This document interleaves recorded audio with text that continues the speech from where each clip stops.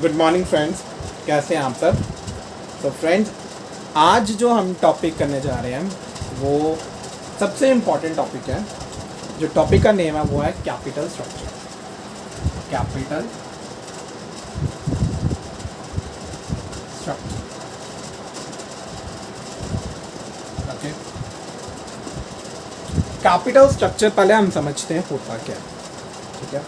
It is a composition of all long term securities. कहते हैं जो company long term securities issue करती है अब फाइनेंस रेज करने के लिए, उन सब का जब हम कॉम्पोजिशन, उन सब को जब हम ऐड ऑन कर देते हैं, उन सब को हम क्या बोलते हैं? कैपिटल स्ट्रक्चर बोलते हैं।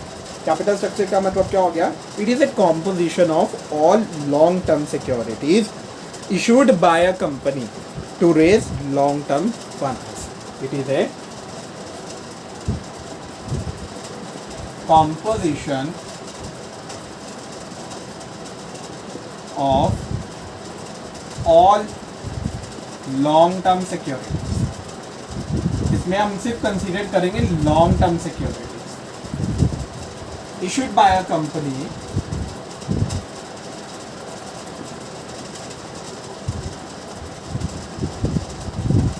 to raise long term finance.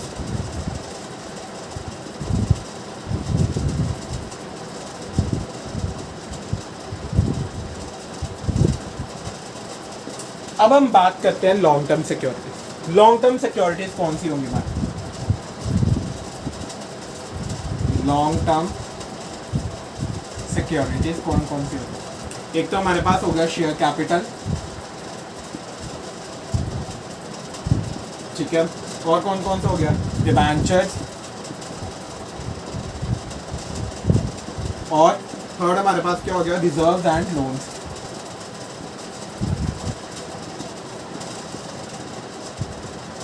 ठीक है। तो लॉन्ग टर्म सिक्योरिटीज कौन कौन सी हमारे पास होगी? Share capital, debentures, reserves and loans, ठीक है। अब क्या कहते हैं कि share capital, debenture, reserve and loan, इन सब का जो मिक्सचर होता है, उनको हम क्या बोलते हैं? Capital structure. It is actually decision making. It is actually a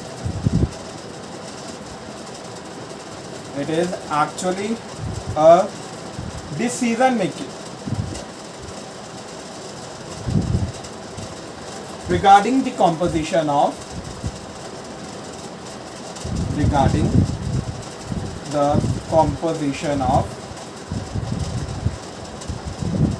debt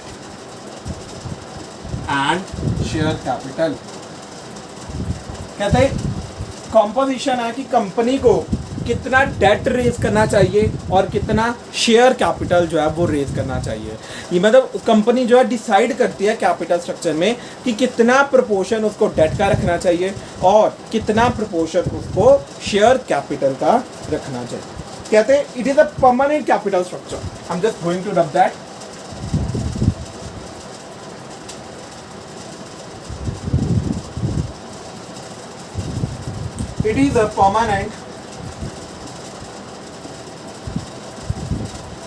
It is a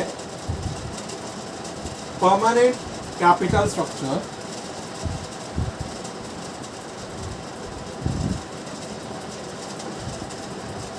which consists of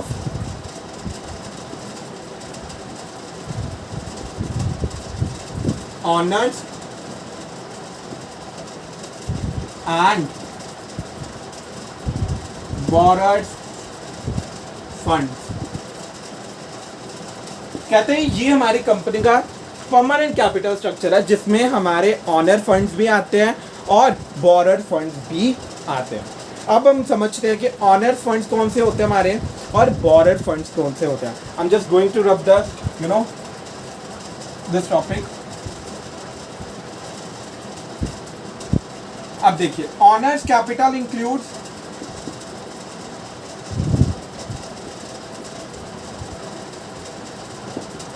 equity shares,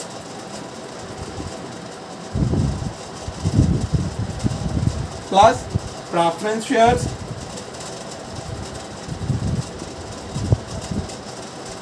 and retained earnings, retained earnings कह सकते हो, रिटेन्ड प्रॉफिट्स भी कह सकते हो, it's one of the same thing, so don't worry about that. So equity shares plus preference shares and retained earnings, and the borrowed capital, you can say the debt capital as well. Borrowed capital and the debt capital, it's one of the same thing. Okay, the borrowed capital and the debt capital includes debentures and other long-term securities. Clear, everyone? So permanent capital structure consists of the owners and the borrowed funds.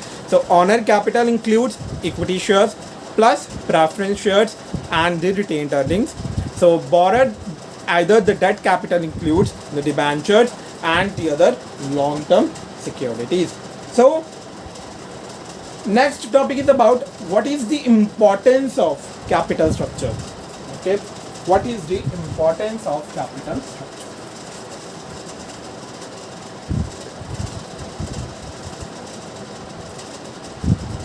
Importance.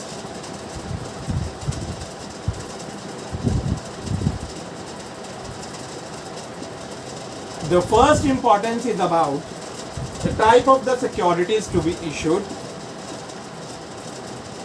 the type of the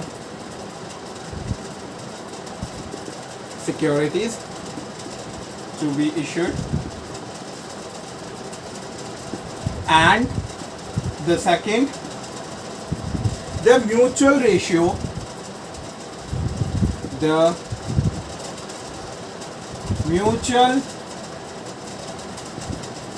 ratio to each other. Okay, so these are the two most importance of about the capital structure. The first is the type of the securities to be issued, and the second is their mutual ratio to the each other. Okay, so this is the topic about the capital structure. Hope आप लोगों को ये topic जो है वो समझ में आ गया हो. अगर फिर भी कोई डाउट रहता है, कोई क्वेरीज रहती है, आप मेरे से पूछ सकते हैं. वीडियो पसंद आया तो लाइक कीजिए, शेयर कीजिए, सब्सक्राइब कीजिए, और थैंक यू सो मच.